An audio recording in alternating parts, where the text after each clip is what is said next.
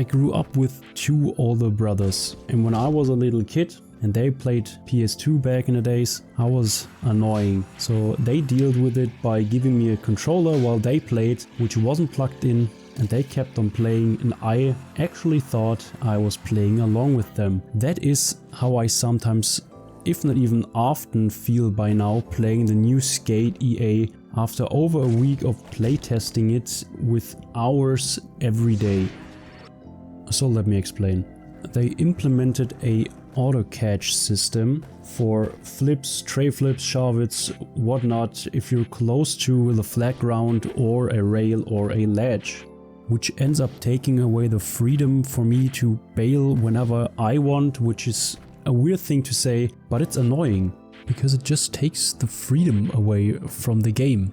The next thing is the rail or ledge magnet. Skate 2 and Skate 3, and if I remember correctly, the original Skate 1 already had, on easy mode, a magnet that sucked you onto a rail or a ledge if you're close to it. But it felt different because the suction started once you were at the top of whatever trick you did. Let's say you did an ollie, and at the highest point you automatically move towards the rail. Now you move towards the rail and the moment you jump, which is just so frustrating because a lot of times I end up underneath the rail, especially if I do flip tricks, and I just bail for no reason. Even if I'm like a meter away from the rail, I still get sucked towards it and bail because of the game and not my fault.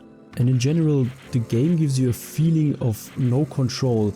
Grinds, for example, if I tried blunt slides, I ended up so many times doing Smith grinds, lip slides, or crooked grinds, but not nose blunt slides, which I aimed for.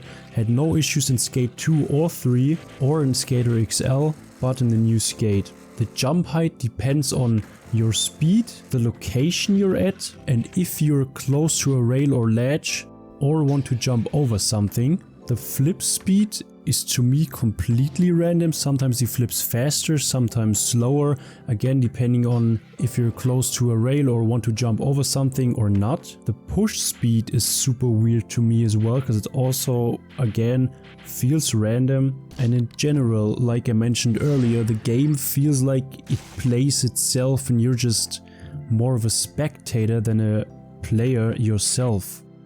One more thing I forgot to mention. Even though they implemented reverbs into this game, they took away your 360s. And I don't get it. The spin speed is so goddamn slow. On flat ground, the max I can do is a 270 and the rest is a revert. And even if I jump over a kicker or a 10 stair set, I'm still not able to get a 540. I think the most spins I did so far was a 540 with a speed glitch somehow in a half pipe, and that's it. No 720, 900 whatsoever, and even 540s are so damn hard, and the character just spins so slow that is unbelievable.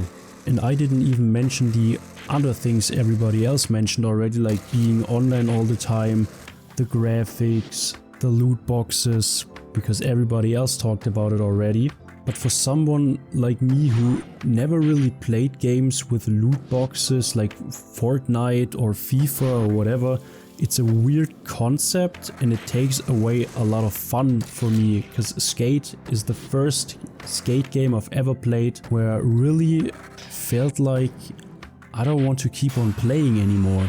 I've made so many missions, collected so much in-game currency, and still haven't been able to buy a board for myself because there are loot boxes that are randomized and it just feels like gambling, and I'm not a fan of gambling either. So that aspect for me sucks so much that it actually took away the fun of playing for me. Last but not least, here are some random ramble things that also annoyed me. I sometimes got random speed boosts when I got off rails or ledges or jumped over things, which was super weird. The color of some obstacles and some obstacles in general take way too long to load. Sometimes they load when I'm right in front of them and I bail. The music is ass and the sound is whack as fuck, which is not a thing I understand because the graphics of the game aren't my favorite either, but I understand why they are doing it. Especially if you consider the fact that there are some people that don't have expensive gaming PCs and still want to play the game, but having a cartoonish and straight up bad sound doesn't make sense to me, because you don't need a good graphic card to have good sound. With that being said, in my opinion, the game isn't completely fucked yet, because when you try some nice lines it works out, which is such a shame, because sometimes the game felt so unbelievably good, especially when I made smaller lines, let's say just a kickflip, heel flip on the flat ground and a easier grind like a tail slide or 5-0. It felt so good and it looked so good and so steezy, but if you go a bit bigger, faster and try more difficult tricks, the game just can't handle it. And I get that the game is still currently in the playtest phase, but if they want to drop it at the end of the year or at the end of the summer, if I remember correctly, I think they should be way further than they actually are by now. If you haven't played it yet, I'd recommend you to play it, to give it a try. And if you did already play it, let me know in the comments if I'm tripping or if those are valid points.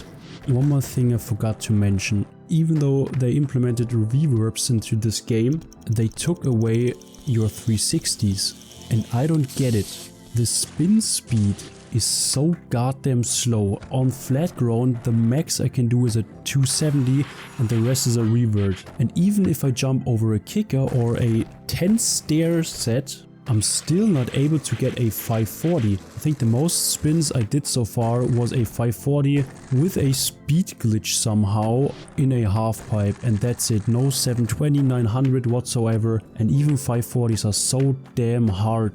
And the character just spins so slow that is unbelievable. With that being said, thanks so much for watching. See you in the next one.